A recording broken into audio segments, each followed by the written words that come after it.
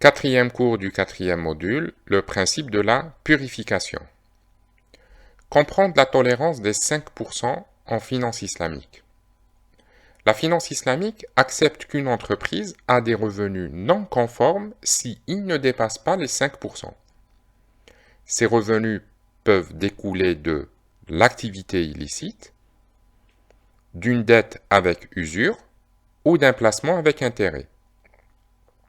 Exemple, un hôtel avec des revenus annuels de 1 million d'euros. L'activité principale de cet hôtel est la location des chambres, les nuitées, qui lui représente 960 000 euros, et une activité illicite qui a un bar qui représente 30 000 euros, et des dettes au niveau de la banque ou des intérêts au niveau de la banque qui lui représentent 10 000 euros. Et les deux activités illicites représentent 40 000 euros, donc inférieur à 5%. Donc si cet hôtel est par exemple coté en bourse, on a le droit d'y investir. Donc, nous pouvons investir, mais il y a un principe de purification. La purification de ces dividendes ou ces revenus interdits est un processus de purge de ces revenus provenant de ces activités non conformes au principe de la finance islamique du revenu total.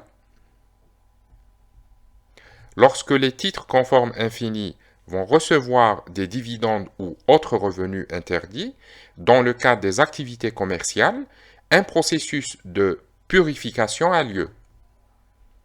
Et bien entendu, cette purification, c'est-à-dire par exemple, on prend cet argent et on le donne à une association caritative. Et c'est comme ça comment on peut dire que ce revenu a été purifié.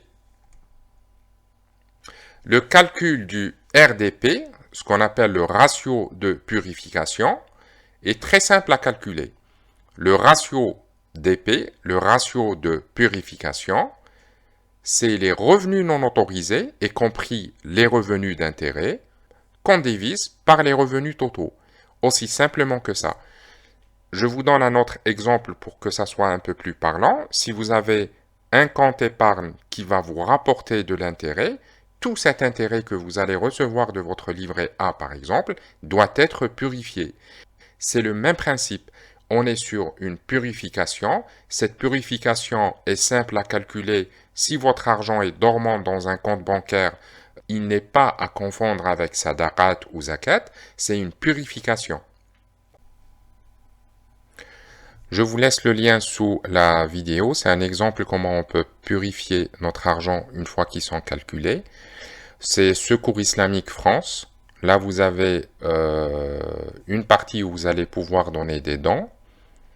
Et sur cette partie des dons, vous allez retrouver uniquement l'item « J'offre mes intérêts bancaires ».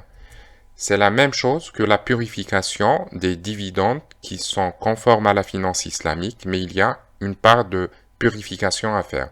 Vous saisissez le montant, par exemple 25 euros, et puis vous pouvez ne pas renseigner les informations si vous souhaitez rester anonyme. Vous cochez « Je souhaite rester anonyme », enregistré en tant qu'anonyme, et puis vous passez à un mode de paiement classique. Et après, vous allez simplement payer. Aussi simplement que ça. Il faut savoir qu'ils ont eu le label don de confiance. Vous pouvez visiter leur site, il est bien fait. Vous pouvez poser des questions, vous pouvez voir. Ne pas confondre avec tous les autres où on est en train de faire de la kafala, on est en train de faire des sadaqat. Ça, c'est vraiment une purification. À ne pas confondre avec az-zakat ou autre chose. Saisissez bien votre sujet au niveau de « j'offre mes intérêts bancaires ». D'ailleurs, même dans la terminologie, ils disent j'offre, ils disent pas je soutiens ou je participe à un forage, etc. C'est vraiment une purification. Et si vous n'êtes pas habitué à la lecture des bilans comptables et des comptes des résultats, ben vous allez adorer le prochain cours. Il est facilement simple à prendre en main. Ne vous inquiétez pas si vous n'avez pas tout compris ou ça vous semble un peu compliqué. Vous avez le dernier cours de ce module qui va vous simplifier vos investissements. Et on se retrouve dans le dernier cours de ce module.